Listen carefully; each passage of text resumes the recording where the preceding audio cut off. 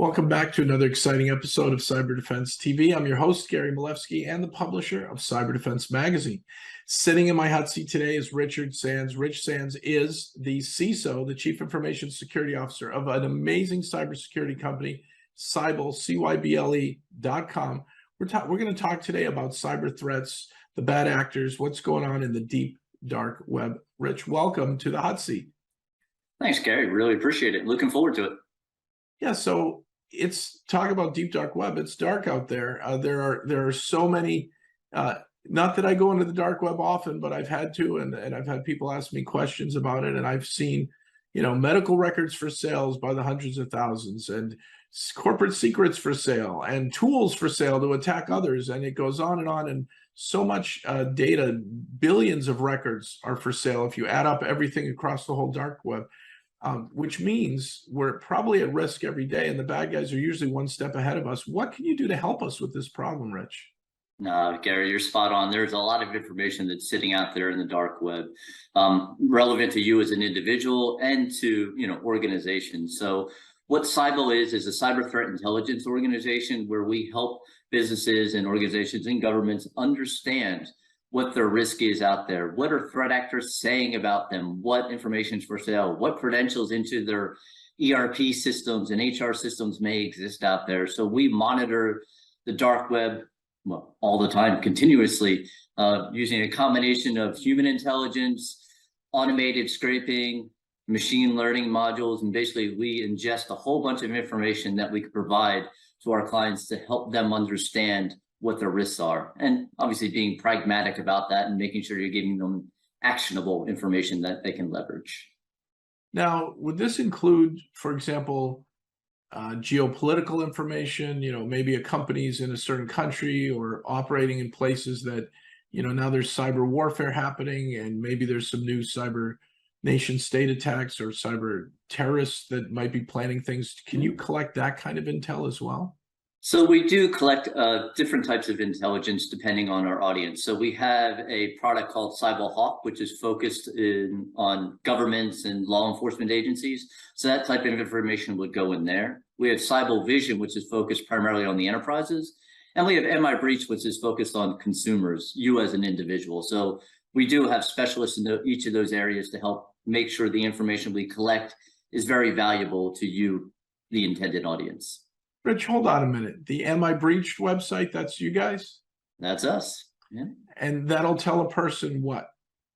So you can go on AmIBreached.com and type in a username, a password, whatever it is, and it will tell you if it's been compromised. And then once you authenticate, it will tell you where you've been compromised, where that information is being gathered from. Is it, a well-known breach of an organization that Is it a combo list? Whatever it might be. We put all those things into AmIBreached so you as an individual or some smaller businesses are able to see that information to understand what your risks are. I think originally when I heard of AmIBreached, I might have checked it out once and typed in my email to see if my email is showing up on dark web lists. And of course, along with that might be password information, as you said. There's lots of PII that people don't think about that's exposed in their mobile devices and their cell phones, in apps they use, plugins they use in the browser to give them a great discount, at the grocery store online or whatever. Little do they know that plugin might have been written by a bad guy or a group, and that'll go in the dark web. And those things can scrape passwords as well. So we are all at risk from the consumer level up. It's really wonderful of you guys to put up AmIBreached. No, we're quite proud of it, and it's helped a lot of people. So you're able to understand where some of your risk exposure is. Another thing we like to do to help the community and the industry as a whole is with our blogs. So we do at blog.cyble.com, we do a lot of research into threat actors, into malware. You mentioned before about the ability to steal credentials and steal credit cards using stealers. We'll do a deep dive analysis of those and just let people know what are we seeing in there so we can help other people in the community do this. We can't do this on our own. No cybersecurity company can. We have to work together as an industry, and that's one area that we love to get back on. And, it's also been good because it's been quoted by large media outlets. We've been referenced by the likes of some of the largest companies in the world and their own research as well. So it's kind of good to see what our researchers are able to help others with. Cyble seems very innovative, and you're focused on a lot of intel that people normally don't have the info on. A lot of people don't even realize how hard it is to understand the dark web, given that usually people are accessing it through pure encryption and hard to find nodes using Tor. So kudos to Cyble for what you've done, and you're doing this in real time. Yeah, we're doing it. So what we try to do is operationalize cyber threat intelligence. And by that, we mean give you visibility to what's happening in the dark web, but also what's happening kind of on an attack surface perspective. We scan the entire internet every day. So for instance, if your organization has a misconfiguration or shadow IT, and I don't know, we'll just say a database is exposed to the internet that shouldn't be, we can actually see when that was exposed to the internet, when it came up, how long it had been there, when you took it down. And then later, if there's a incident or a breach, you can actually kind of do some of that traceability back to what was originally exposed. So that helps us kind of give you that more holistic view. The nice thing about Cyble is we're able to put in a lot of different tools into one platform. So you can just do a search in there and not have to deal with, multiple different vendors to understand your brand monitoring, social media posts, what's in the dark web, what's being said in cybercrime forums in the dark web, as well as on the surface web.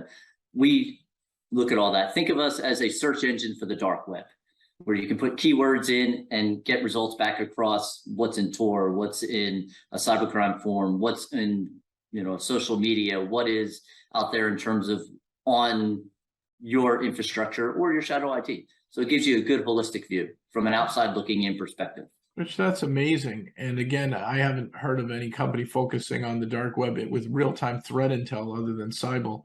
And the AmIBreached is a great start from the consumer. We work our way up to the medium to large enterprises. Can anyone afford you? Is it only for the law enforcement and Fortune 500? No, so we have offerings that cater to a lot of different industries and budgets, right? Also, we have different modules as well. So what makes sense for you as an organization?